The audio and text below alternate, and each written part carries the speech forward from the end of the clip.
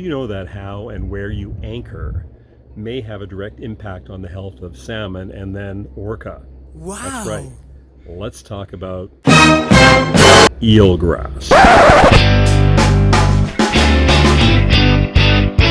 So Tina and Jess, welcome to the Green Boater. Thank you so much for taking the time to be with us today. Thank you, Bruno. Yeah, thank you for having us, Bruno. So both of you are involved in an organization called Friends of the San Juans. Tell us a little bit about that organization and what each of you do for that organization. Friends of the San Juans is an environmental nonprofit based in San Juan County, Washington. Our mission is actually to protect and restore the San Juan Islands and the whole Salish Sea for people and nature. I'm science director at Friends. I've been here for 18 years, and my focus is the marine shoreline. So this topic today is near and dear to my heart. And we do a combination of research and habitat restoration, so on the ground shovel kind of habitat improvement projects.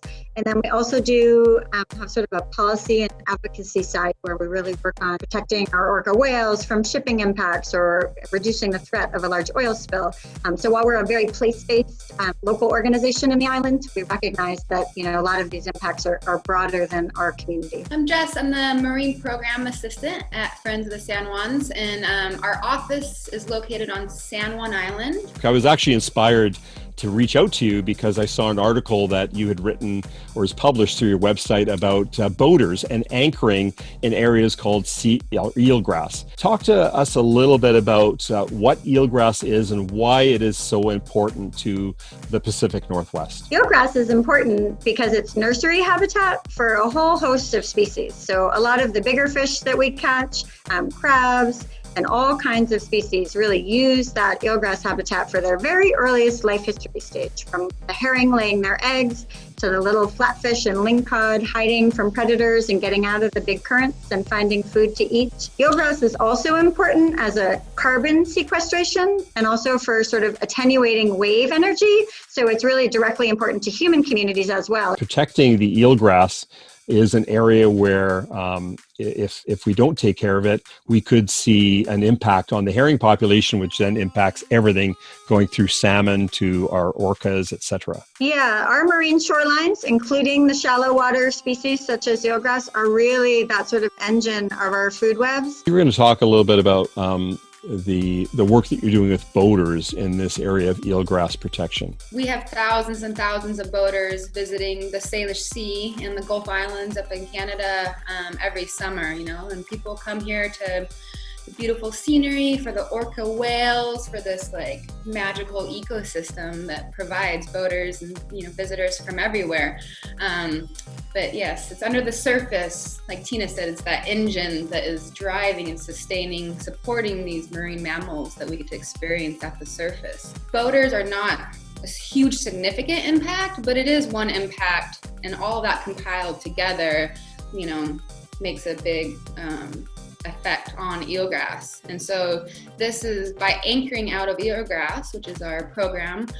This is one thing that boaters can do. We're not going to be able to go and cool down the ocean temperatures, unfortunately. But avoiding eelgrass, being prepared, having a little bit of knowledge before you leave the dock of where you're headed, what depth the eelgrass is at, looking to see if there's mooring buoys available, or going to a marina instead, especially in those really critical herring spawning habitat areas.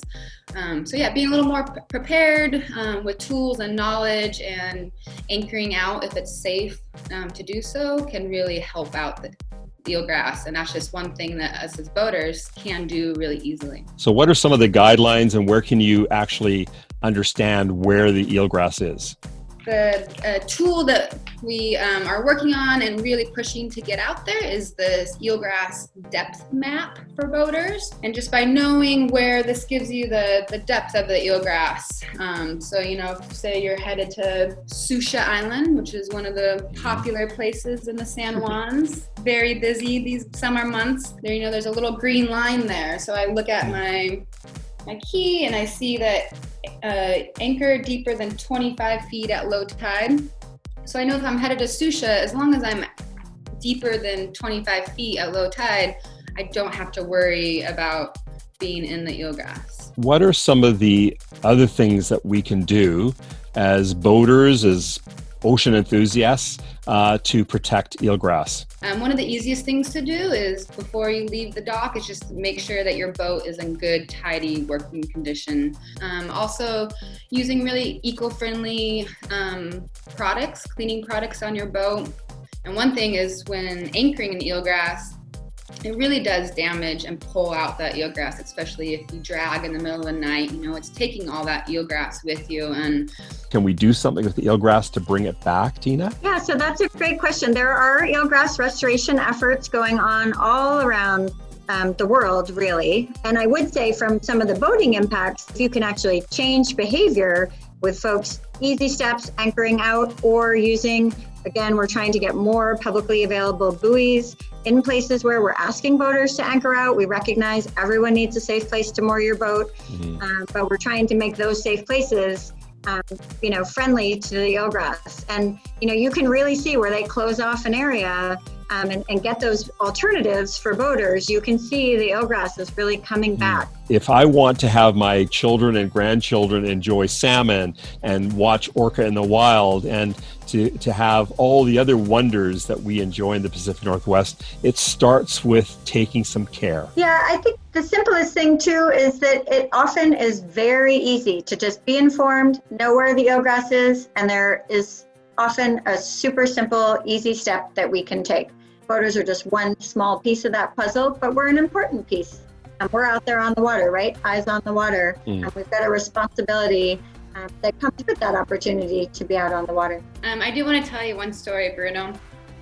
So when I first moved to San Juan Islands a couple of years ago, I worked as a naturalist on a whale watching boat.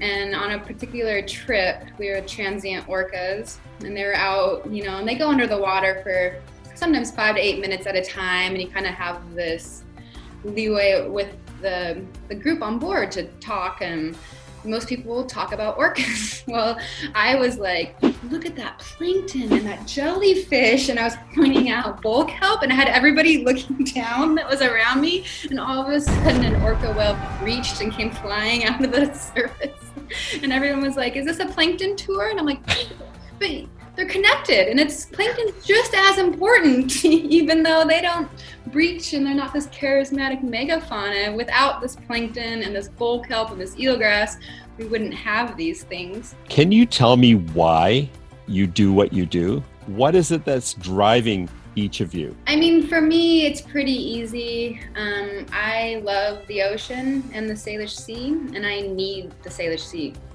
And so that's what drives me to do this work with education, science, and conservation. I think we really want to all make a difference, right? And leave a mark, and want our work and what we do every day to really add up to something larger than ourselves. How can people be and get involved with the programs that you offer at Friends of the San Juans? I would recommend the website as a place to start.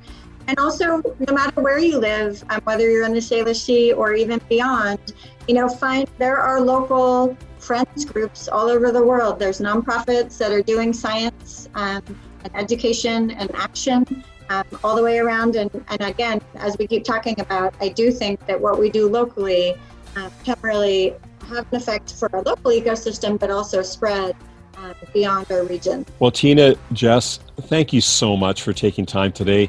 Thank you, Bruno.